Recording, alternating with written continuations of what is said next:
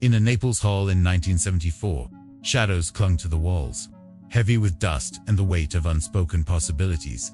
A young Serbian woman stood at the room's heart, her stillness a quiet storm. Marina Abramovio, her eyes resolute yet serene, faced a table of 72 objects each, a silent invitation, each a latent story. Roses bloomed beside honey and feathers, their softness mocked by the glint of knives, chains, and a gun cradling a single bullet. The air thickened with anticipation, as if the room itself held its breath. She spoke once, her voice steady. For 6 hours, she would stand motionless, unrisked. Her body was theirs to touch, to cherish, to wound, to destroy. She surrendered everything, her will, her safety, her humanity, into the hands of strangers. Silence swallowed the hall.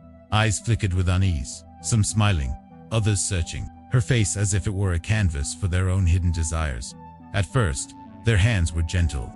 A man tucked a rose into her palm, its petals soft against her skin. A woman's lips brushed her cheek, warm with whispered kindness. Fingers grazed her shoulder, hesitant, as if she might shatter. The room pulsed with a fragile reverence, a moment where humanity seemed to glow. They cradled her vulnerability, honored her courage. For an hour, the world felt tender. But time is a thief. The softness waned, replaced by a restless hum. Hands that once held flowers turned bold. Scissors snipped through her clothes, tearing away dignity in jagged strips.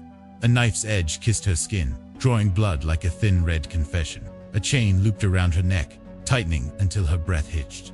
Yet she stood unmoving, a statue carved from flesh and will. Her silence was a mirror, reflecting not her, but them. The hall shed its sanctity.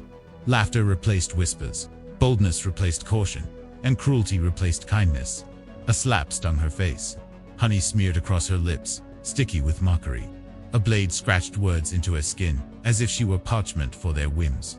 Her endurance fed their audacity. Her stillness stripped their restraint. They forgot her humanity, seeing only an object to test, a boundary to break. Then, a man lifted the gun. Its weight was heavy in his hand, its barrel steady as he aimed at her head. His finger hovered over the trigger, and the room froze, breath caught, heart stilled, time suspended. Life and death balanced on a razor's edge.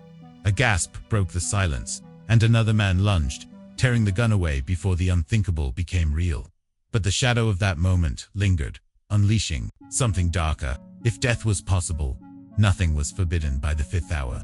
Her body was a map of scars, cuts, bruises, chains, marking her skin like a story of betrayal. Tears traced her cheeks, though her eyes remained closed, her form unyielding. Some watched with revulsion, others with fascination, a few with a hunger to push further. She was no longer Marina, just a vessel for their impulses, a mirror for their truths. When the sixth hour struck, she stirred. Her eyes opened, sweeping across the faces that had shaped her wounds. The crowd recoiled, as if her gaze burned. In it, they saw themselves not heroes, not villains, but humans stripped bare. Shame choked the air. One by one, they fled, their footsteps echoing like confessions in the empty hall. Marina stood alone, bloodied but unbroken, the weight of their actions heavier than her wounds. This was no mere performance, it was a revelation. In 6 hours, a room of strangers had peeled back the veneer of civilization. Kindness, morality, humanity, they are fragile, held together by the thin threads of consequence. Strip those away, and the beast within emerges, swift and unapologetic. Marina's silence had invited it. Her stillness exposed it. Her past had forged this courage. Raised in Belgrade's shadow, where war's echoes lingered, she learned early that pain was constant, silence powerful. Her home was a fortress of discipline, where emotions were locked away, and endurance was her only voice. By her 20s, she was no stranger to pushing limits, burning her skin, lying on ice, cutting herself to speak truths words couldn't hold. But Naples was different.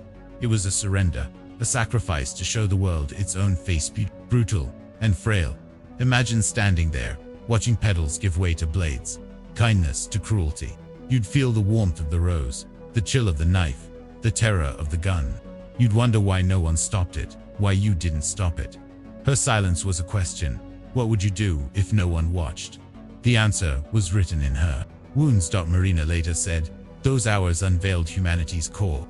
She saw how quickly love could turn to violence, how trust could be shattered by ordinary hands. When she moved, her gaze broke them not with anger, but with truth. They couldn't face it. They left, carrying guilt like a shadow they couldn't shake. Cold Rhythm Zero. This act became a legend, a warning etched in art's history. It showed that civilization is a fragile mask, morality a fleeting choice. It proved that goodness often leans on fear of judgment, of punishment. Remove that fear, and the line between human and monster blurs. This is not just a story of 1974. It lives in every collapse of order, every riot, every war. It whispers in moments when rules vanish and silence reigns. Marina's sacrifice was a mirror, forcing us to see what we are when no one holds us accountable. She walked away scarred but alive, her body a testament to endurance, her spirit a beacon of truth. We tell ourselves we are kind, that compassion is our nature, but Naples asks us to look deeper, to see the rose and the knife, the love and the violence, the fragility of it all. Marina gave us that mirror, at the cost of her pain. The question is whether we dare to look into White Hand, what we choose when the world stops watching.